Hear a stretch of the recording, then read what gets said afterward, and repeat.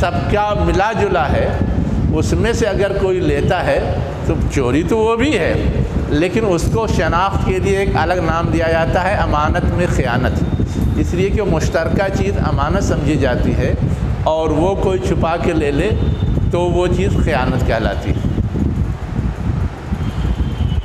کیا کہا گیا؟ کسی نبی کے لیے زیبا نہیں ہے کہ وہ خیانت کرے یا چھپا کے کوئی چیز لے لے، اور جو شخص بھی، نبی تو نبی، عام انسان، جو شخص بھی ایسی خیانت کرے گا وہ اپنی خیانت کے ساتھ قیامت کے دن آئے گا اللہ کے حضور۔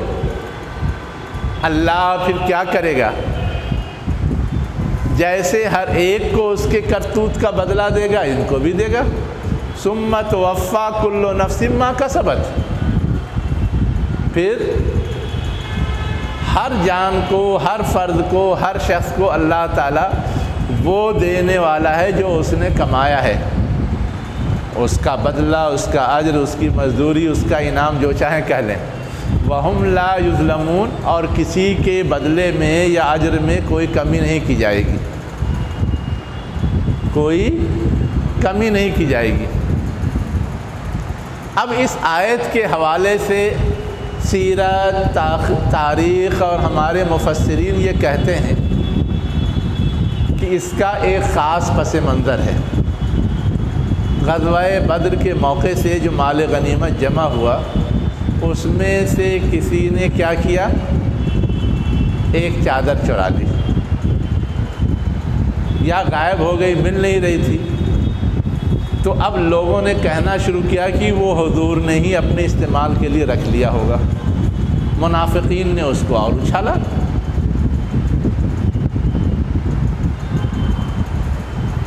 اب یہ چیز جو حضور پر بشکل الزام تھی، ہے نا، اس کی صفائی اللہ کے حضور کیسے دیتے؟ اللہ نے دی ہے، یہ کہتے ہیں۔ دوسرے لوگ یہ کہتے ہیں کہ یہ واقعہ غزوہ بدر کے موقع سے نہیں، غزوہ احد کے موقع سے پیش آیا۔ یہ کیوں کہتے ہیں؟ اس لیے کہ یہاں جو بحث چل رہی ہے وہ احد کی چل رہی ہے، اور وہ واقعہ پیش آیا تھا بدر میں، تو بدر کا جو واقعہ ہے وہ زیادہ مشہور ہے، اور احد کا واقعہ اتنا مشہور نہیں ہے، اتنا زیادہ تذکرے میں نہیں آیا۔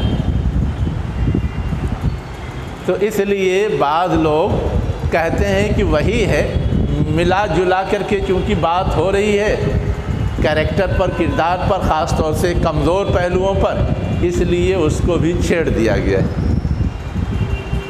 لیکن بعض لوگ کہتے ہیں کہ نبی کے حوالے سے اس طرح کا الزام بغیر پروف اور ثبوت کے کوئی لگائے تو خود اس کا ایمان خطرے میں ہے۔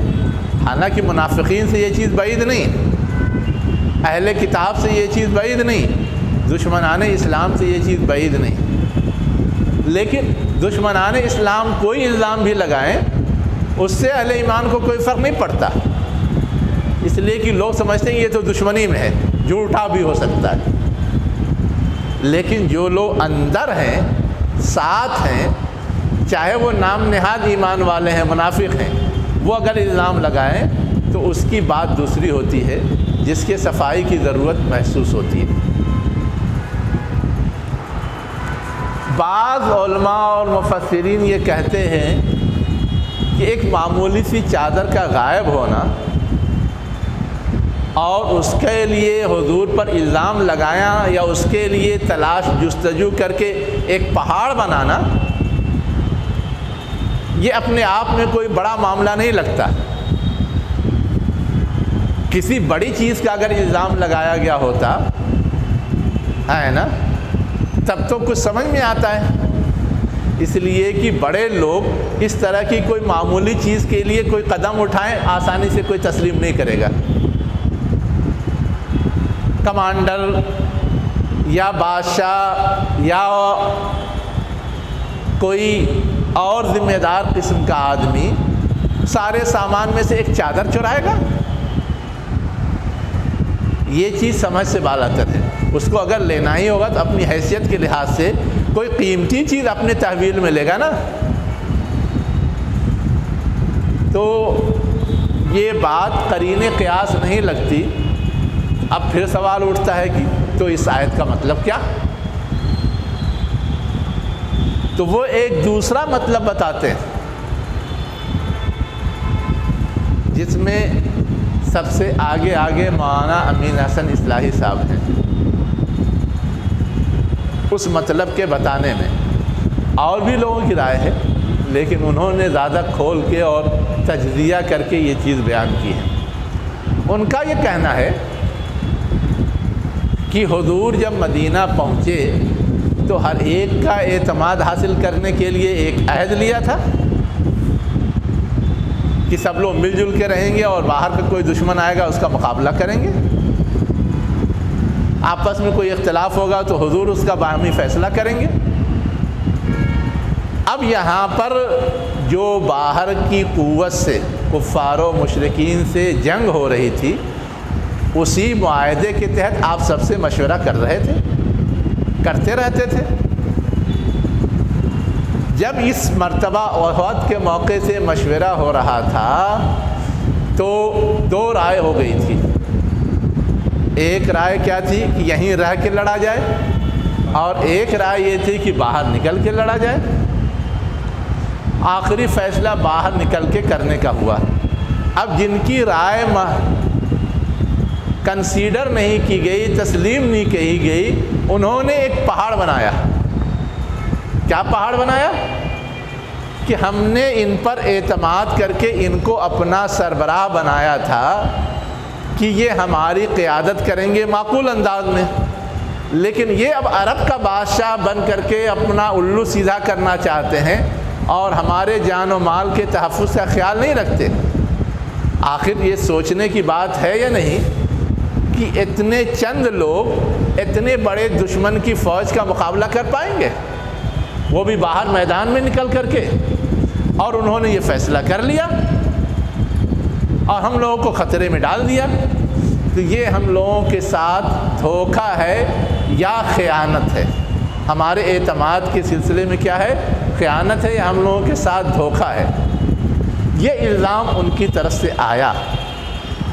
تو یہ اسی تناظر میں اس کی صفائی کے لیے کہا گیا ہے کہ نبی جس منصب پہ ہوتا ہے، جس شخصیت کا حامل ہوتا ہے، اس سے اس بات کی توقع نہیں کی جا سکتی کہ وہ اپنے ماتحت لوگوں کے بارے میں غلط سوچے گا اور ان کو کسی طرح کا دھوکہ دے گا یا ان کے سلسلے میں کسی خیانت کا ارتکاب کرے گا۔ اور اگر کوئی ایسا کرتا بھی ہے تو اس کے حساب کتاب کے لیے تو اللہ تعالیٰ ہے، وہ نپٹے گا اور ہر ایک کو اس کے کیے کا پورا بدلہ دے گا۔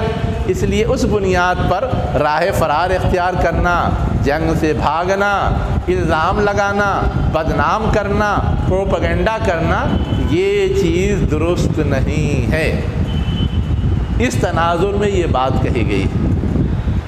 اب ہم کو کون سی چیز بہتر لگتی ہے ہم طے کر سکتے ہیں، نتیجے کے اعتبار سے کوئی فرق نہیں پڑتا۔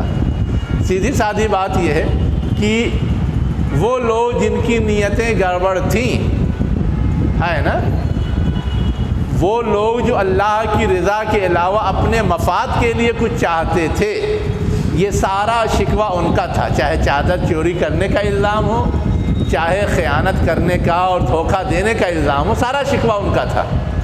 ورنہ جنہوں نے اللہ کے لیے یہ سب کچھ کیا، ان کو نہ اس چادر کی پڑی ہے اس لیے کہ وہ تو جنگ کر رہے ہیں اللہ کی رضا کے لیے، نہ ان کو اس دھوکے کی پڑی ہے کہ اس نے دھوکہ دیا نہیں دیا، وہ تو فی سبیل اللہ نکلے ہیں، اللہ کے ہاں تو مقام اور درجہ پائیں گے ہی۔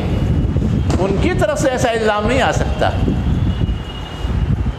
اب یہ بات اس جملے کے بعد جو کہی گئی ہے، کیوں؟ موقع سے فائدہ اٹھا کر کے کہ اصلاً مومن اللہ پہ بھروسہ کرنے والا ہوتا ہے تو ان چیزوں کو کامیابی یا ناکامی کا معیار نہیں بناتا کہ ہماری بات نہیں مانی گئی اور یہ کیا گیا وہ کیا گیا اس لیے غزوہ احد میں شکست ہو گئی، ورنہ اگر ہماری بات مانی گئی ہوتی تو جیت ہوتی۔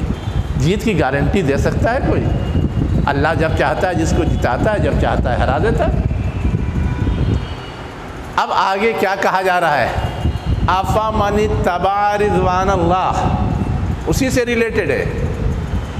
جس نے اللہ کی خوشنودی کی پیروی کی، کمم باب سخت من اللہ، کیا اس شخص کی طرح ہو سکتا ہے جو لوٹا، با مانے لوٹا پلٹا، بے سخت ناراضگی کے ساتھ، من اللہ اللہ کی جانب سے، وَمَأْوَاهُ جہنم، اور اس کا ٹھکانہ کیا ہے؟ جہنم ہے، وَبِئْسَ الْمَصِيرُ، اور وہ کتنا برا ٹھکانہ ہے. اب کون لوگ تھے جو اللہ کی رضا کی پیروی کر رہے تھے؟ جنہوں نے اللہ کے راستے میں اپنے آپ کو جھونک دیا تھا، سارے حالات خراب ہونے کے باوجود، بظاہر امکان نہ ہونے کے باوجود. اور یہ لوگ جو اپنے مفاد کے چکر میں پڑ گئے تھے، الٹے بدنام کر رہے ہیں، وہ ان کو کیا حاصل ہونے والا ہے؟ اللہ کی ناراضگی. تو ایک کو اللہ کی خوشی مل رہی ہے، دوسرے کو اللہ کی ناراضگی مل رہی ہے، تو دونوں کا اسٹیٹس برابر ہو سکتا ہے؟ دونوں کا مقام برابر ہو سکتا ہے؟ نہیں ہو سکتا ہے. اتنی موٹی سی بات سمجھنی چاہیے، ہر ایک کو سمجھنی چاہیے. اس میں سمجھانے کا بہت مسئلہ نہیں ہے. اس لیے جو لوگ اس طرح کی حرکت کر رہے ہیں وہ سوچ لیں کہ کتنا صحیح کر رہے ہیں یا کتنا غلط کر رہے ہیں. آگے اللہ تعالیٰ اور اسی کی وضاحت کر رہا ہے. کیا کہہ رہا ہے؟ ہم درجات عند اللہ واللہ بصیر بما یعملون. اللہ کے نزدیک ان سب کے مرتبے ہیں، درجے ہیں. جو اللہ کی خوشی کے لیے کر رہا ہے اس کا درجہ الگ، جو اللہ کو ناراض کر رہا ہے اس کا درجہ الگ، جو بیچ میں ڈاواں ڈول ہے اس کا درجہ الگ. تو اللہ کے نزدیک ہر ایک کا درجہ طے ہے، ہر ایک کی حیثیت، ہر ایک کا مقام طے ہے. اور وہ کس بنیاد پر؟ ما یعملون، جو وہ کر رہے ہیں اس پر. جو للہ فی اللہ لڑ رہے ہیں ان کا درجہ الگ، اور جو مفاد کا شکار ہو کر کے راہ فرار اختیار کر رہے ہیں ان کا درجہ الگ. اور ہر چیز اللہ دیکھ رہا ہے. واللہ بصیر، اللہ دیکھ رہا ہے اس چیز کو جو وہ کر رہے ہیں، جو وہ کر رہے ہیں. اب اتنا گنانے کے بعد ایک اور بات سمجھائی جا رہی ہے کہ نبی پر ایسا الزام کہ اس نے دھوکہ دیا اور خیانت کی. کبھی غور کیا اور سوچا؟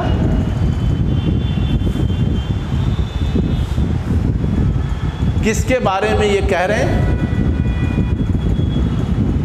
اس ذات اور اس شخصیت کے بارے میں جس کا وجود ہی اللہ کی طرف سے ایک نعمت کی شکل میں ہے، ایک احسان کی شکل میں. یہ جو جملہ ہے لقد من اللہ علی المؤمنین، اللہ نے احسان کیا ہے مومنین پر. کس پر احسان کیا ہے؟ مومنین پر. کس چیز کے ذریعے احسان کیا ہے؟ جب اس نے مومنین کے درمیان بھیجا ہے. کس کو؟ ایک رسول کو. من انفسہم، انہی میں سے. یتلو علیہم آیات ہی، جو ان کے سامنے اس کی آیات کی تلاوت کرتا ہے، ان کا تزکیہ کرتا ہے، انہیں کتاب اور حکمت کی تعلیم دیتا ہے. وَإِن كَانُوا مِن قَبْلُ لَفِي ضَلَالٍ مُبِينٍ، گرچہ وہ اس سے پہلے کیا تھے؟ کھلی گمراہی میں تھے. یعنی وہ گمراہی میں تھے، اس سے نکالنے کے لیے اللہ نے نبی مبعوث کیا. اب یہ اللہ کا ایک رحم ہے، ایک فضل ہے، ایک احسان ہے. نبی کا آنا، نبی کا موجود ہونا، نبی کا رہنمائی کرنا، نبی کا ساری پریشانی جھیل کر کے ان کے نجات کی کوشش کرنا، یہ احسان ہے. تو ایسے محسن کے حوالے سے اس طرح کی سوچ اور اس طرح کے الزامات، یہ ایک طرح سے کیا ہے؟ شرارت ہے. ایک طرح سے احسان فراموشی ہے، یہ سمجھایا گیا ہے۔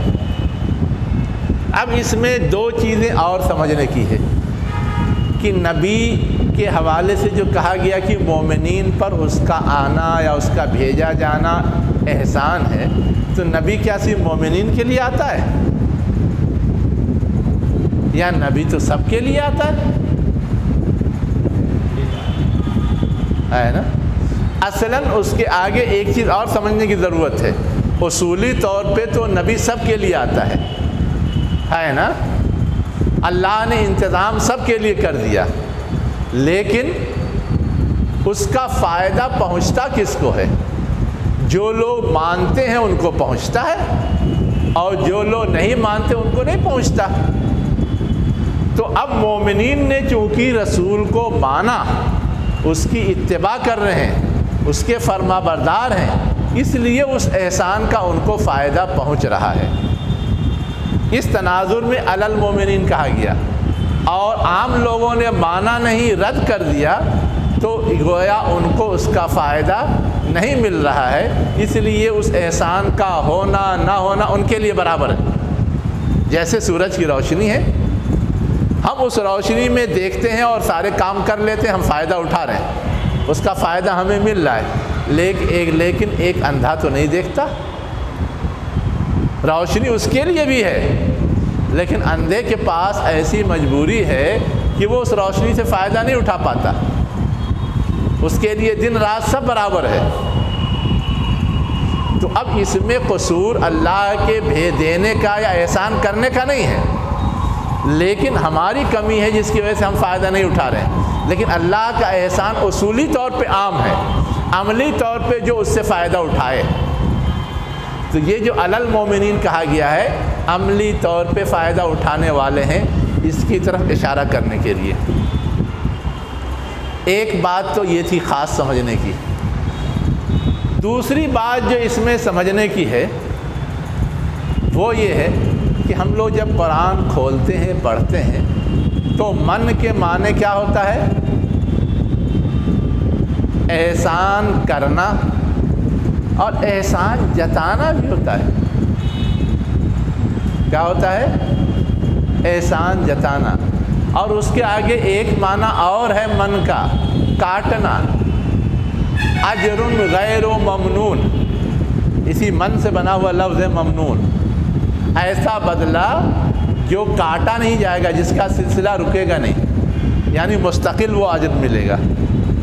وہاں کاٹنے کے معنی میں ہے۔ یا سورہ مدثر کے اندر لا تمنن تستکثر، تم احسان نہ جتاؤ زیادہ چاہنے کے لیے، وہاں پہ تمنن کیا ہے؟ احسان جتانے کے معنی میں ہے۔ یا جہاں یہ ہے کہ تم زکوٰۃ دیتے ہو تو منم ولا اذا، احسان جتا کر کے اور تکلیف پہنچا کے مت دو، وہاں بھی یہ لفظ آیا ہے من۔ وہ من ناؤن ہے، یہ ورب ہے، وہاں من تو ایک چیز ہے نا؟ من کیا ہے؟ پنیر کے انداز کی ایک چیز ہے جو شبنم کی شکل میں گرتی تھی اور جم جاتی تھی، اس کو ٹیسٹ لے کے اور مزیدار تھا، کھاتے تھے لوگ، وہ ناؤن ہے۔ اور یہ کیا ہے؟ ورب ہے۔ اللہ نے احسان کیا، کسی نے کسی پر احسان جتایا ہے نا، کسی نے کسی کی جڑ کاٹ دی وغیرہ وغیرہ۔ اب اس میں فرق کرنے کے لیے یہ ہے کہ جہاں پر اللہ کے ساتھ آتا ہے وہاں پر احسان کرنے کے معنی میں ہوتا ہے، باقی اور دوسری جگہوں پر دوسرے معنی میں ہوتا ہے۔ تو گویا اس صلے کے ساتھ اس کا یہ مفہوم ہے، ٹھیک ہے۔ تیسری بات جو سمجھنے کی ہے وہ یہ کہ گرچہ یہ بات عمومی کہی گئی ہے جب ان میں بھیجا ایک رسول، لیکن رسول سے مراد کون ہے؟ اللہ کے رسول، اس لیے کہ یہ ساری باتیں آپ ہی کے حوالے سے کہی گئی۔ اور اس کا ثبوت یہ ہے کہ اس سے پہلے سورہ بقرہ میں بھی اس کا تذکرہ آ چکا ہے کہ ابراہیم علیہ السلام جب خانہ کعبہ کی تعمیر کر رہے تھے تو دعا کی تھی، اور اس دعا میں یہی دعا کی تھی کہ ایک رسول مبعوث فرما جو تمہاری آیات کو سنائے، تزکیہ کرے، کتاب و حکمت کی تعلیم دے۔ تو یہ میچنگ ہے، کیا ہے؟ جس کی وجہ سے یہاں رسول سے مراد کسی اور رسول کو نہیں لیا جا سکتا، صرف حضور کی ذات کو لیا جا سکتا ہے۔ ٹھیک؟ باقی یہ کہ یتلو علیہم آیاتہ کا کیا مطلب ہے، یزکیہم کا کیا مطلب ہے، یعلمہم الکتاب والحکمہ کا کیا مطلب ہے، یہ سب بحث ہم لوگ پیچھے جہاں وہ آیت آئی تھی پڑھ چکے ہیں، اس لیے ابھی اس پہ دوبارہ بات کی ضرورت نہیں ہے۔ اب اگلی جو آیت ہے اس میں ایک تیسرے اینگل سے بات کی جا رہی ہے، اسی غزوہ احد کے حوالے سے۔ اولما اصابتکم مصیبہ قد اصبتم مثلیہا قلتم انا ھذا قل هو من عند انفسکم ان اللہ علی کل شیء قدیر۔ اور کیا جب تمہیں کوئی مصیبت پہنچی، مصیبت تکلیف پہنچانے والی چیز تم کو پہنچی مطلب تم کو اس نے تکلیف پہنچایا،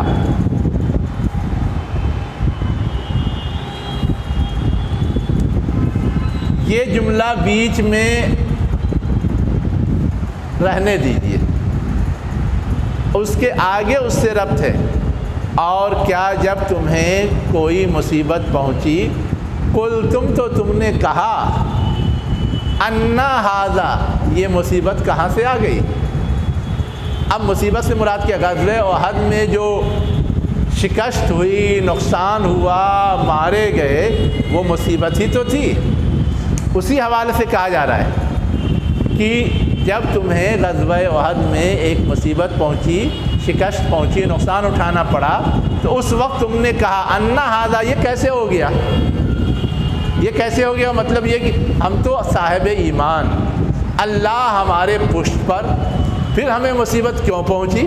ہم کیوں ہارے؟ یہ جو تمہارا احساس ہے، اس احساس کے لیے کوئی معقول بنیاد نہیں ہے، کوئی معقول بنیاد نہیں ہے۔ اس احساس کے ظاہر ہونے کا مطلب یہ ہے کہ نعوذ باللہ اللہ نے ہماری پشت پناہی نہیں کی، اس لیے یہ صورتحال پیدا ہوئی۔ یہ خیال تو ہے نا، اللہ نے ہماری بر وقت مدد نہیں کی اس لیے ہم ہار گئے، گویا اللہ کی مدد سے ہم محروم رہے۔ تو یہ ایک طرح سے اللہ پہ الزام بھی ہے۔ تو اللہ تعالیٰ اس کا جواب دے رہا ہے، اور جواب کا دو پارٹ ہے، ایک پارٹ یہ ہے اور دوسرا پارٹ کیا ہے؟ یہ ہے۔ ایک پارٹ یہ ہے کہ تم کو ایک مصیبت پہنچی ہے اور جو تمہارے دشمن ہیں ان کو ڈبل مصیبت پہنچی ہے، ڈبل مصیبت پہنچی ہے۔ قد اصبتم تم نے مصیبت پہنچائی ہے یا تکلیف پہنچایا ہے، مثلیہا اس مصیبت کا دو گنا۔ دو گنا کیسے؟ ایک تو غزوہ بدر میں وہ ہارے ہیں، اور یہاں بھی تم جیت رہے تھے، پھر ان کو ایک طرح سے غلبہ نصیب ہوا، لیکن آخری نتیجے کے طور پر تو پھر وہ ہارے ہی، میدان چھوڑ کے وہ بھاگے، تم تو بھاگے نہیں تھے، تم نے تو باضابطہ پیچھا کیا تھا۔ اور اس کے بعد اگلی بات یہ ہے، اس موقع سے ابو سفیان یہ اعلان کر کے گیا تھا کہ آئندہ سال ہم پھر آئیں گے۔ اگلے سال اللہ کے رسول بھی نکلے مقابلے کے لیے، اور وہ بھی آیا لیکن بغیر لڑے ہوئے بھاگ گیا۔ جب اسے یہ لگا کہ پچھلے سال سے کم ہماری فوج ہے اور ہم ان کا مقابلہ نہیں کر پائیں گے، اس لیے کہ ان کی تعداد زیادہ ہے اور ان کے حوصلے بڑھے ہوئے ہیں، اس لیے وہ آ گئے ہیں۔ ہاں، خندق سے پہلے ایک سال بعد، یہ 2 ہجری، یہ 3 ہجری میں ہوئی تھی، وہ 4 ہجری کی بات ہے نا۔ تو اب یہ جو چیز ہوئی کہ اس میں بھی قریب قریب تم نے مصیبت تکلیف پہنچائی ان کو، پہلے میں تو پہنچائی تھی، تو تم کو ایک تکلیف پہنچی ہے اور ان کو ڈبل تکلیف پہنچی ہے، تو ان کی طرف سے تو کوئی شکوہ نہیں ہے، اور تم اللہ کے حضور شکوہ کر رہے ہو کہ اللہ کی مدد سے ہم محروم رہ گئے، آخر ایسا کیوں ہوا؟ ایک جواب تو یہ دیا گیا اب اس کے بعد دوسرا جواب یہ ہے کہ سنو، غور کرو، قصور تمہارا اپنا ہے۔ قل کہہ دیجئے، ہوا من عند انفسکم، وہ تمہاری اپنی ذات کی طرف سے ہے یہ مصیبت، تم نے خود مول لی ہے، تم نے اللہ کے حکم کی نافرمانی کی، اس کے رسول کے حکم کی نافرمانی کی، جو تمہارا گروپ لیڈر تھا اس کی نافرمانی کی۔ تو اب یہ ساری جو حرکتیں تھیں اس کی وجہ سے ایک شکل تو یہ تھی کہ اللہ معاف کر دیتا، لیکن اگر معاف کر دیتا تو آئندہ کے لیے مضبوطی نہیں پیدا ہوتی، ابھی تو کتنے محاذ باقی تھے۔ تو اللہ نے کچھ ہلایا، کچھ جھجھوڑا، کچھ نقصان پہنچا کر کے آئندہ کے لیے اور مضبوط قدم جمانے کا موقع فراہم کیا۔ معاف تو کیا اللہ نے، جس نے اس طرح کوتاہی کی تھی اس کا اعلان پیچھے ہو چکا ہے، عفونا، ہم نے بخش دیا، لیکن اللہ تعالیٰ نے اس مرحلے سے جو گزارا کہ تم کو کچھ مصیبت پہنچی، کچھ تکلیف اٹھانی پڑی، اس کی ایک حکمت تھی، ورنہ اللہ چاہتا تو معاف کر دیتا اور تمہیں جتا دیتا ان ساری صورتحال کے باوجود۔ ان اللہ علی کل شیء قدیر، اللہ قادر تو ہر چیز پر ہے، لیکن اس نے ایسا اس لیے کیا کہ وہ چیک کرنا چاہتا تھا، وہ آئندہ کے لیے تیار کرنا چاہتا تھا۔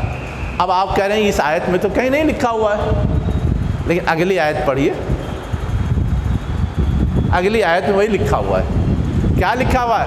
وَمَا أَصَابَكُمْ يَوْمَ الْتَقَى الْجَمْعَانِ، دو لشکر جس دن ملے تھے، جس دن ان کی مٹبھیڑ ہوئی تھی، اس دن جو کچھ تم کو پہنچا، یعنی جو مصیبت بھی تم کو پہنچی، ما اصابکم، جو مصیبت بھی تم کو پہنچی اس دن جس دن دو لشکر ملے تھے یا جن کے درمیان مٹبھیڑ ہوئی تھی، فَبِإِذْنِ اللَّهِ، تو یہ سب کیوں ہوا؟ اللہ کے اذن سے، اللہ کے پلان منصوبے سے۔ کیوں ہوا؟ وَلِيَعْلَمَ الْمُؤْمِنِينَ، تاکہ اللہ مومنین کو جان لے۔ جان لے کا مطلب اللہ تو پہلے سے جانتا ہے، جان لے کا مطلب پرکھ لے، جانچ لے، ظاہر کر دے، نمایاں کر دے، الگ کر دے۔ کیسے؟ جب مشکل حالات آئے تو اس میں جو نفاق زدہ تھے انہوں نے واویلا شروع کیا اور کنارہ کشی اختیار کرنا شروع کیا، اور جو سچے پکے مومن تھے انہوں نے جم کر کے مقابلہ کیا اور قربانی دی، تو پہچان آٹومیٹک ہو گئی کہ سچے پکے مومن کون ہیں اور دکھاوے والے کون ہیں۔ تو یہ جو کلیئرٹی تھی، یہ جو ظاہر کرنا یا نمایاں کرنا یا لوگوں کے درمیان واضح کرنا تھا، یہ چیز اس مصیبت میں مبتلا کرنے سے ممکن ہوئی۔ اگر اللہ تعالیٰ مصیبت میں مبتلا نہ کرتا تو یہ چیز ظاہر نہ ہوتی۔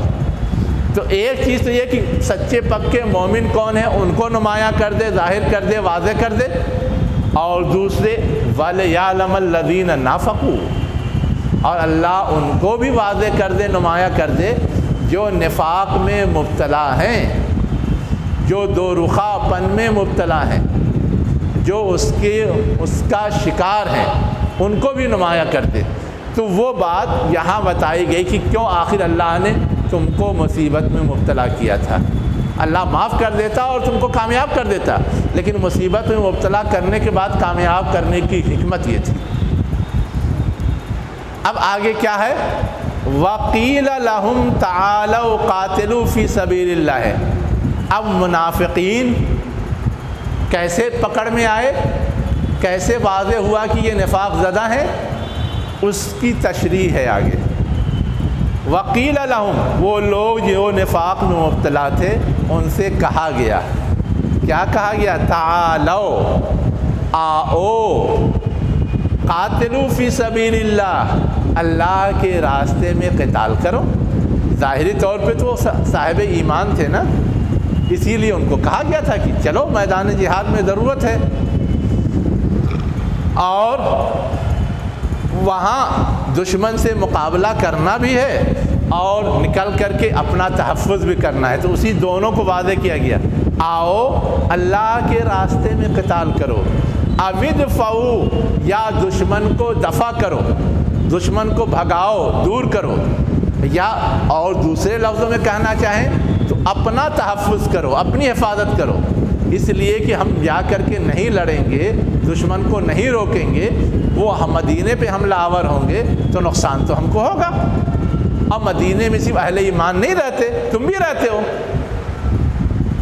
وہ آئیں گے تو صرف اہل ایمان کو ماریں گے اور تم کو چھوڑ دیں گے، جبکہ تم بھی نام کے اہل ایمان ہو، تم بھی بخشے نہیں جاؤ گے۔ تو عقل مندی کا تقاضا کیا ہے کہ اصلاً تو لڑو اس غرض سے، اللہ کے راستے میں قتال فرض ہے اس لیے، لیکن اگر اتنا حوصلہ نہیں پاتے تو کم سے کم اپنے بچاؤ کے لیے لڑو، اپنے تحفظ کے لیے لڑو۔ تو جب یہ بات ان سے کہی گئی تو ان منافقوں کی طرف سے کیا جواب تھا؟ قالو، انہوں نے کہا، کیا کہا؟ لو نعلم قتالا لاتبعناکم، اگر ہم جانتے کہ ہمیں اللہ کے راستے میں قتال کرنا پڑے گا تو ہم تمہاری پیروی نہ کرتے، ہم تو اپنا مفاد ہی سوچ کر کے آئے تھے، لیکن تم کہہ رہے ہو کہ اپنا مفاد بھول جاؤ، صرف اللہ کو خوش کرنے کے لیے لڑو، تو ہم کو اگر یہ بات معلوم ہوتی تو ہم تمہاری پیروی ہی نہیں کرتے۔ ایک مفہوم تو یہ ہے، ایک دوسرا مفہوم بھی لوگوں نے بیان کیا ہے کہ یہ اصلاً ان کی طرف سے طنز تھا کہ دنیا میں جب جنگیں ہوتی ہیں تو پوری تیاری اور وسائل کے ساتھ ہوتی ہے، تب دشمن کے حوالے سے یہ امید کی جاتی ہے کہ ہم ان پہ غالب آ جائیں گے، لیکن نہ وسائل ہیں، نہ افراد ہیں، نہ کوئی حکمت ہے، نہ تدبیر ہے، نہ سب کے مشورے کی رعایت ہے، صرف اپنی چلا رہے ہیں۔ اللہ کے رسول کہہ دیا چلنا ہے چلو، جس حال میں ہو اسی حال میں چلو، تو یہ تو گویا ہم کو کھڈ میں لے جا رہے ہیں، کھائی میں لے جا رہے ہیں، خطرے میں لے جا رہے ہیں۔ اگر ہم نے پہلے سے یہ جانا ہوتا کہ ان کی لیڈرشپ میں ایسی جنگ کرنی پڑے گی، ایسی قتال کرنی پڑے گی، تو ہم تو کبھی ان کی بات نہ مانتے، پہلے ہی ان سے الگ ہوتے، ان کی پیروی ہی نہ کرتے۔ ایک مفہوم یہ بیان کیا ہے۔ اب اس مفہوم کے لیے کیا ہے؟ آگے یہ جملہ ہے وہ کسی قدر ساتھ دیتا ہے، ہم للکفر یومئذ اقرب منہم للایمان، یعنی ان کا جو اسٹیٹمنٹ تھا وہ کیا تھا کہ وہ ایمان کے برخلاف کفر کے زیادہ قریب تھا، اس لیے کہ ایسی بات کوئی کافر کہہ سکتا ہے کہ میں تو صرف اپنے مفاد کے لیے تم سے وابستہ ہوا تھا، کوئی صاحب ایمان نہیں کہہ سکتا۔ صاحب ایمان تو اللہ کی رضا کے لیے اپنے آپ کو قربان کرتا ہے نا، ایمان لانے کا مطلب ہی ہے کہ اس نے اللہ کے لیے اپنے آپ کو حوالے کر دیا۔ تو اسی کو کہہ رہا ہے کہ ہم، یعنی ایسا کہنے والے لوگ کیا تھے اس دن، جس دن انہوں نے یہ کہا للکفر اقرب، کفر سے زیادہ قریب تھے، منہم للایمان، اپنے ایمان سے قریب ہونے کے مقابلے میں۔ یعنی یہ تو نہیں کہا جا سکتا کہ بالکل ایمان نہیں تھا اس لیے کہ اعلان کیا، لیکن جو اسٹیٹمنٹ ہے، جو بیان ہے، جو تھنکنگ ہے، جو سوچ ہے، جو تصور ہے، جو طرز عمل ہے، وہ یہ بتا رہا ہے کہ یہ کفر کے زیادہ قریب ہیں، ایمان سے دور ہیں۔ اور آگے مزید اللہ تعالیٰ نے وضاحت کی ہے، کیا؟ یقولون بافواہہم ما لیس فی قلوبہم واللہ اعلم بما یکتمون، وہ کہتے ہیں اپنے منہوں سے، وہ کہتے ہیں اپنے منہوں سے۔ کوئی منہ کے علاوہ بھی کسی چیز سے بولتا ہے کیا؟ کوئی کان سے بولتا ہے، آنکھ سے بولتا ہے؟ تو صرف یقولون کہتے تو بھی معنی وہی ہوتا، وہ کہتے ہیں، لیکن یہ لفظ بڑھایا کیوں گیا؟ بافواہہم، وہ بولتے ہیں، کہتے ہیں اپنے منہوں سے، کیوں بڑھایا گیا؟ ہاں، اصلاً ہے یہ کہ بولنے کا کام ہوتا تو منہ ہی سے ہے، لیکن جب کسی بات پہ زور دینا ہوتا ہے تو عمل کے ساتھ ساتھ وسیلے کا تذکرہ کر دیتے ہیں۔ جیسے ہم کہتے ہیں کسی بات پہ زور، میں نے اپنے کان سے سنا ہے، کان کے علاوہ بھی کوئی کسی چیز سے سنتا ہے، میں نے اپنی آنکھ سے دیکھا ہے، آنکھ کے علاوہ بھی کسی اور چیز سے کوئی دیکھتا ہے، لیکن اپنی آنکھ سے دیکھا کا مطلب زور دے رہا ہے، اپنے کان سے سنا ہے کا مطلب ہے کہ اہمیت جتا رہا ہے۔ تو ویسے ہی وہ اپنے منہ سے کہتے ہیں کا مطلب ہے کہ وہ اہمیت جتا کر کے کہتے ہیں، یہ مطلب ہے۔ کیا ما لیس فی قلوب، یعنی وہ جو کچھ بھی کہہ رہے ہیں وہ ان کے دل کی بات نہیں ہے، وہ ان کے دل کی بات نہیں ہے، ان کے دل میں جو کچھ ہے اللہ اس کو خوب جانتا ہے، لیکن وہ اس کو چھپائے ہوئے ہیں۔ ان کے دل میں کیا تھا؟ ان کے دل میں تو اصل یہ تھا کہ ان کو اللہ کی رضا چاہیے ہی نہیں تھی، ان کو تو مال غنیمت چاہیے تھا، ان کو تو سرداری چاہیے تھی، ان کو تو اپنی عزت اور شہرت چاہیے تھی، اس کے لیے وہ سب کر رہے تھے، یا زیادہ سے زیادہ اپنا بچاؤ ذاتی حیثیت میں چاہیے۔ جب ابھرتی قوت کو دیکھا اگر اس کے ساتھ نہیں ہوتے تو خطرہ زیادہ ہوتا، اس کے ساتھ لگ گئے تو اپنا ایک طرح سے تحفظ ہو گیا۔ جیسے آج چڑھتے سورج جو ہماری گورنمنٹ ہے، لوگ اس کے ساتھ مارے ڈر کے بھی لگ جا رہے ہیں، لالچ کے بھی لگ جا رہے ہیں، خوب کھلا پلا کر کے بھی وہ اپنے ساتھ لے رہے ہیں اور دبا کر کے بھی لے رہے ہیں کہ نہیں مانو گے تو ای ڈی لگاؤں گا، یہ کروں گا، وہ کروں گا، وہ کروں گا۔ تو اصل بات وہ نہیں ہے کہ انہوں نے اعلان کر دیا ہے تو مخلصانہ ایمان کا اعلان کیا ہے، یہ سب دکھاوے والا ہے نا۔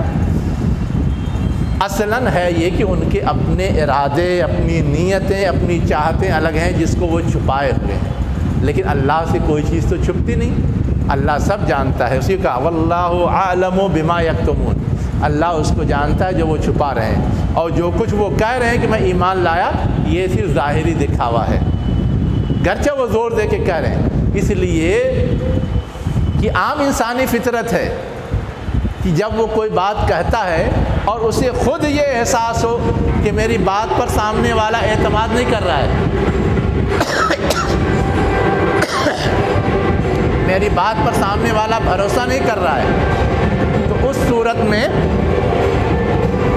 وہ بار بار کہتا ہے، قسم کھا کے کہتا ہے، زور دے کے کہتا ہے، دائیں بائیں سے اپنا حمایتی کھڑا کر کے کہتا ہے کہ کسی طرح لوگ اعتماد کر لیں۔ بالکل وہی بات ہے یقولون بافواہہم۔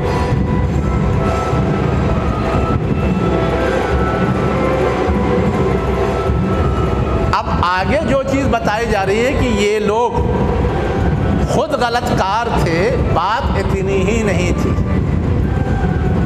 یہ دوسروں کو بھی گمراہ کر رہے تھے۔ اب اس کو آگے یہاں کہا گیا الذین قالوا لاخوانہم،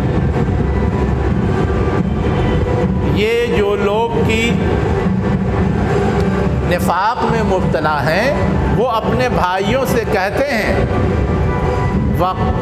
کیا کہتے ہیں؟ کہی جانے والی بات یہاں ہے لو اطاعونا، اس سے پہلے ایک جملہ لکھا ہوا ہے وقعدوا،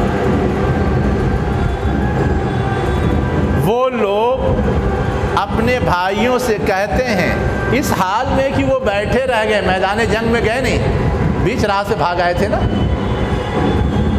قعود مانے کیا ہوتا ہے؟ بیٹھنا۔ قعدہ اخیرہ کا کیا مطلب ہوتا ہے؟ آخر میں جو ہم بیٹھتے ہیں، 2 رکعت کے بعد بیٹھتے ہیں اس کو قاعدہ اولا کہتے ہیں۔ تو قعود مانے کیا ہوتا ہے؟ بیٹھنا۔ تو یہاں بیٹھنے کا مطلب کیا ہے کہ وہ جنگ سے باز آئے، رک گئے اور اپنی جگہ ٹھہر گئے۔ تو وہ لوگ جو اپنے بھائیوں سے کہتے ہیں، حالانکہ وہ ٹھہر گئے، انہوں نے جنگ نہیں کی، کر کے کہتے تو ایک تجربے کی بات ہوتی، بغیر تجربہ کیے کیا کہتے ہیں؟ لو اطاعونا، اگر تم نے ہماری بات مانی ہوتی۔ اب یہ کس کو کہہ رہے ہیں؟ جو دوسرے اہل ایمان تھے جنہوں نے مظاہرہ کیا، قربانی دی، ما قتلوا تو قتل نہ کیے جاتے۔ اب یہ جو مس گائیڈ کر رہے ہیں تو اللہ تعالیٰ اس کا بھی جواب دے رہا ہے، فَدْرَؤُ۔ درون معنی کیا ہوتا ہے؟ ٹالنا، ہٹانا۔ فَدْرَؤُ پس تم ٹال دو، ہٹا دو، ان انفسکم اپنی ذات سے، الموت موت کو، ان کنتم صادقین اگر تم سچے ہو۔ تم جو کہہ رہے ہو کہ ہماری پیروی کرتے تو قتل نہیں کیے جاتے، مرتے نہیں، تو کون شخص ہے جو مرنا چاہتا ہے؟ تمہارے اندر اگر اتنا پاور ہے، اتنی صلاحیت ہے، تو موت کو روک کے دکھا دو، موت کو ٹال کے دکھا دو، تو مان لیں گے۔ اللہ تعالیٰ نے جس کے لیے جب جیسے موت لکھی ہے وہ تو آ کے رہتی ہے، اس کا کوئی انکار کر پاتا ہے؟ لیکن تم جو یہ سبق پڑھا رہے ہو کہ ہماری پیروی کرتے تو قتل نہیں کیے جاتے، گویا مرتے نہیں، یہ سبق تو اس بات کے خلاف ہے۔ اگر اتنے ہی تم اپنی بات میں پکے ہو یا اتھینٹک ہو تو یہ کر کے دکھا دو، اور یہ وہ دکھا نہیں سکتے، اس کا مطلب ہے کہ تمہاری بات صرف بھڑکانے والی یا بہکانے والی ہے، اس کے وہ حقیقت پہ مبنی نہیں ہے۔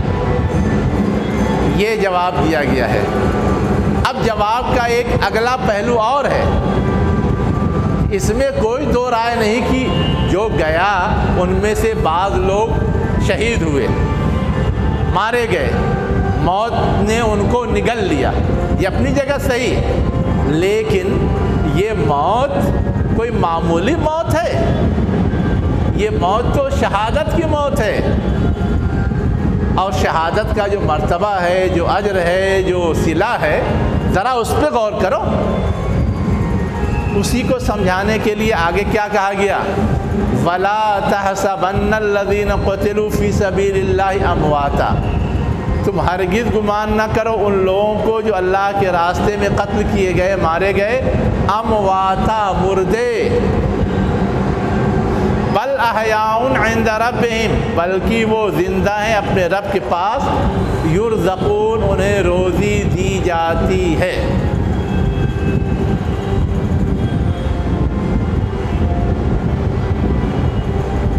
حالانکہ ہم لوگ بھی جو شہید ہوتا ہے اس کو تو مرا ہوا ہی کہتے ہیں،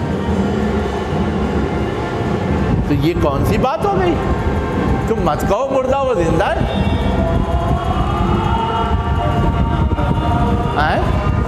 اور جو مر جاتا ہے اس کے لیے روزی کی ضرورت تو پڑتی نہیں، ہم ان کو مردہ تسلیم کرتے ہیں، پھر یہ اللہ تعالیٰ کہہ رہا ہے کہ وہ زندہ بھی ہیں، ان کو روزی بھی دی جاتی ہے۔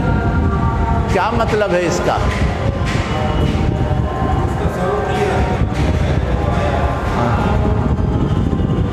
دیکھیے، دو چیزیں اصل میں خاص طور سے سمجھنے کی ہیں، تو یہ بات بھی آسانی سے سمجھ میں آ جائے گی۔ ایک بات تو یہ ہے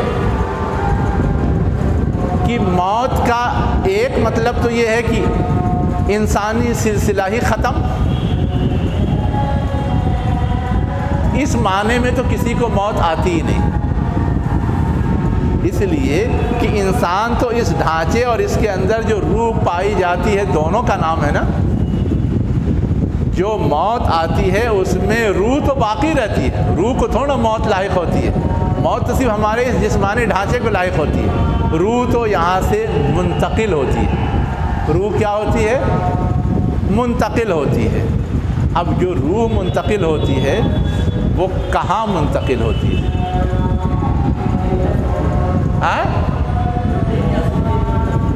کہاں؟ علیین یا سجین، یہ تو آخری ٹھکانہ ہے۔ ہم عام جو معروف معنی سمجھتے ہیں وہ کیا ہے؟ عالم برزخ یا عالم بالا، زیادہ سے زیادہ یہ سمجھتے ہیں۔ جب قیامت آئے گی، حساب و کتاب ہوگا، اس کے بعد نہ کوئی علیین میں جائے گا یا سجین میں جائے گا، ابھی تو اس میں ٹائم ہے، ابھی کون سی قیامت آ گئی؟ قبر میں جا کے فوراً فیصلہ ہو جاتا ہے کیا؟ پھر جو حشر کا میدان ہے، حساب و کتاب ہے، وہ تو بے معنی ہو جائے گا۔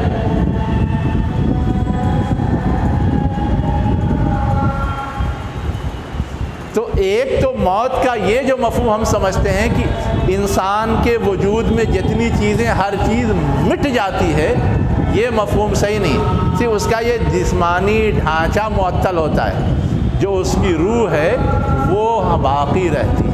وہ کیا ہوتی ہے؟ باقی رہتی ہے۔ اب یہ بات کہ جو لوگ قتل کیے گئے ان کو مردہ نہ کہو، تو جو کفار و مشرکین ہیں ان کے لیے تو یہی دنیا سب کچھ ہے۔ یہاں اگر زندگی ہے اور زندگی کا سامان ہے تو ٹھیک، ورنہ اگر زندگی نہیں ہے، زندگی کا سامان نہیں تو موت، اس لیے وہ اس کو موت کہتے ہیں۔ لیکن جو اہل ایمان ہیں وہ موت کی یہ حقیقت جانتے ہیں، وہ تو یہ سمجھتے ہیں کہ یہ دنیا تو دارالامتحان ہے، ہماری زندگی کا اصل ٹھکانہ تو مرنے کے بعد جنت یا جہنم ہے، جیسے کرتوت ہوں گے اس کے لحاظ سے۔ تو ان کی روح تو ویسے ہی زندہ ہوتی ہے، اور زندہ ہونے کے بعد وقتی طور پہ جب تک حساب و کتاب نہیں ہوتا، اگر اچھا عمل ہے تو اچھی حالت میں ہوتے ہیں، جو قبر کے عذاب اور ثواب کے سلسلے میں بیان ہوا ہے، اور اگر برے کرتوت ہیں تو بری حالت میں ہوتے ہیں، لیکن ہوتے وہ ہیں اور محسوس کرتے ہیں۔ تو گویا ان کی جو روحیں ہیں وہ زندہ ہیں۔ اب جو شہید ہوا ہے اللہ کے راستے میں، اس کو کوئی تکلیف ہو، وہ بری حالت میں ہو، ایسا تو ہے نہیں۔ اس کے لیے تو ڈائریکٹ پہلے سے ڈکلیئر ہے کہ جو اللہ کے راستے میں مارا گیا، شہید ہوا، وہ تو ڈائریکٹ جنت میں جائے گا، اس کا حساب و کتاب معاف، اس کا حساب و کتاب معاف۔ گویا اللہ کی انعام کا سلسلہ اس کے لیے شہادت پاتے ہی شروع ہو گیا۔ اب شہادت پاتے اس کو فوری جو اچھی کنڈیشن چاہیے، جو نیک لوگوں کو ملنے والی ہے، وہ اس کو مل جاتی ہے۔ اسی کو کہا عند ربہم یرزقون، ان کے رب کے پاس سے ان کو روزی دی جاتی ہے۔ اب بعض احادیث میں یہ ہے کہ عرش کے تلے گھونسلہ ہے، وہاں ان کی روحیں رکھی جاتی ہیں، ان کو اجازت ہے کہ وہ جنت میں گھومیں اور اس سے لطف اندوز ہوں۔ تو یہ ساری چیزیں گویا ایک عارضی انتظام ہے، ورنہ اصل انعام تو ملے گا اس وقت جب حساب و کتاب ہو جائے گا۔ دوسری بات یہ ہے کہ عند ربہم یرزقون کا معنی عام عقل اور ثوابدید کے لحاظ سے یا مفہوم کے لحاظ سے یہ لیتے ہیں کہ یرزقون کا مطلب صرف یہ نہیں ہوتا کہ کھانے پینے کا انتظام ہو۔ یرزقون کا مطلب یہ ہوتا ہے کہ انسان کو آرام اور سہولت کے لیے جو چیز بھی چاہیے، اطمینان اور سکون کے لیے جو چیز بھی چاہیے، وہ اللہ تعالیٰ پرووائڈ کرتا ہے، وہ سب چیز رزق میں شامل ہے۔ تو عالم برزخ میں وہ سکون کی زندگی گزار سکیں، اطمینان کی زندگی گزار سکیں، اس کے لیے جو بھی ضروری انتظام ہے وہ تو اللہ تعالیٰ کی طرف سے رہتا ہے نیک بندوں کے لیے، اور ان شہیدوں کے لیے بھی رہتا ہے۔ اس چیز کو کہا گیا عند ربہم یرزقون۔ اب ہم کو ان دونوں میں سے جو مفہوم بھی بہتر لگتا ہے ہم اس پہ اطمینان سے سوچ سکتے ہیں۔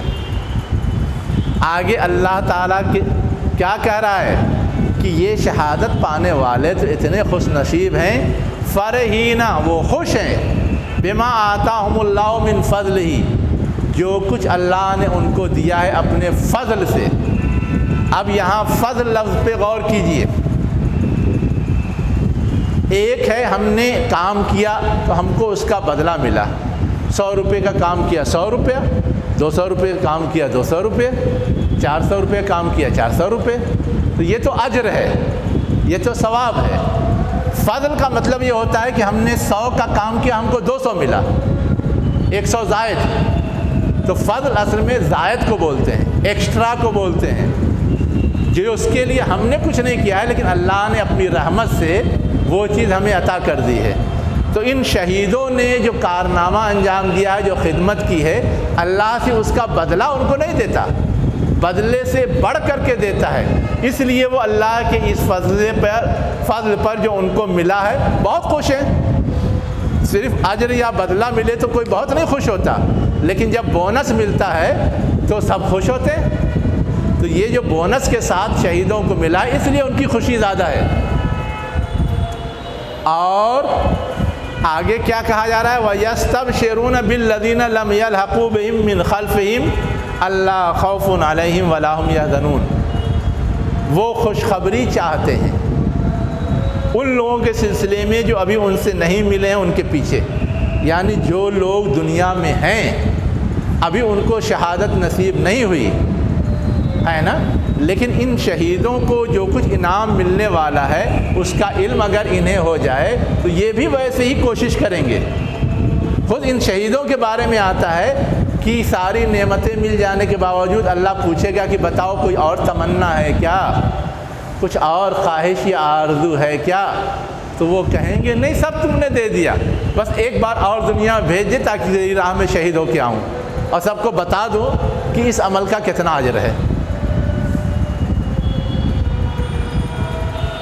تو یہ چیز جو ان کو ملی ہے یہ بشارت وہ منتقل کرنا چاہتے ہیں، پہنچانا چاہتے ہیں یا بتانا چاہتے ہیں یا چاہتے ہیں کہ اس اجر میں یا اس دائرے میں سارے اہل ایمان آ جائیں اور سب اللہ کی ان نعمتوں سے سرفراز ہوں۔ اس میں خاص طور سے دو چیزوں کی طرف اشارہ کیا گیا، اللہ خوف علیہم ولا هم یحزنون، کہ ان کو جو کچھ ملا اس کے مٹ جانے کا یا چھن جانے کا کوئی خوف نہیں، ولا هم یحزنون، اور نہ اسے کوئی تکلیف ہے کہ اس تکلیف میں وہ ان نعمتوں سے کوئی فائدہ نہ اٹھا سکیں۔ ہمارے اور آپ کے پاس بہت ساری نعمتیں ہیں، دولت ہے، مال ہے، اسباب ہیں، وسائل ہیں، لیکن بیمار پڑ گئے تو ایسا غم گھیرتا ہے کہ کسی بھی چیز سے فائدہ اٹھا پاتے ہیں، اسی ماتم میں غلطہ پیچا رہتے ہیں۔ تو ایسا جنت کی نعمتوں کے ساتھ نہیں ہوگا کہ چھن جانے کا خوف ہو کہ عارضی ہے، چند دن کے لیے ہے، یا یہ کہ ایسی کوئی بیماری لاحق ہو جائے کہ ان سے لطف نہ اٹھا سکیں، ان سے مزہ نہ حاصل کر سکیں۔ تو یہ وہ پہلو ہے جو یہ شہداء چاہیں گے کہ اہل ایمان تک پہنچ جائے تاکہ وہ بھی حوصلے کا مظاہرہ کر کے آئندہ اور اللہ کی راہ میں بہترین کارکردگی کا ثبوت دیں۔ یہ سنایا کیوں گیا کہ تم بھی غور کرو کہ جو اجر ہے اس عمل کا اس کے مقابلے میں دنیا کے مفادات کے لیے جو دائیں بائیں تم منہ گھماتے ہو یہ کتنا گھاٹے کا سودا ہے، اور یہ طرز عمل اپنا لو تو یہ کتنا نفع کا سودا ہوگا، اس لیے سنایا گیا ہے۔ اللہ ہم سب کو بھی یہ نصیب کرے۔ وآخر دعوانا ان الحمد للہ رب العالمین۔ جی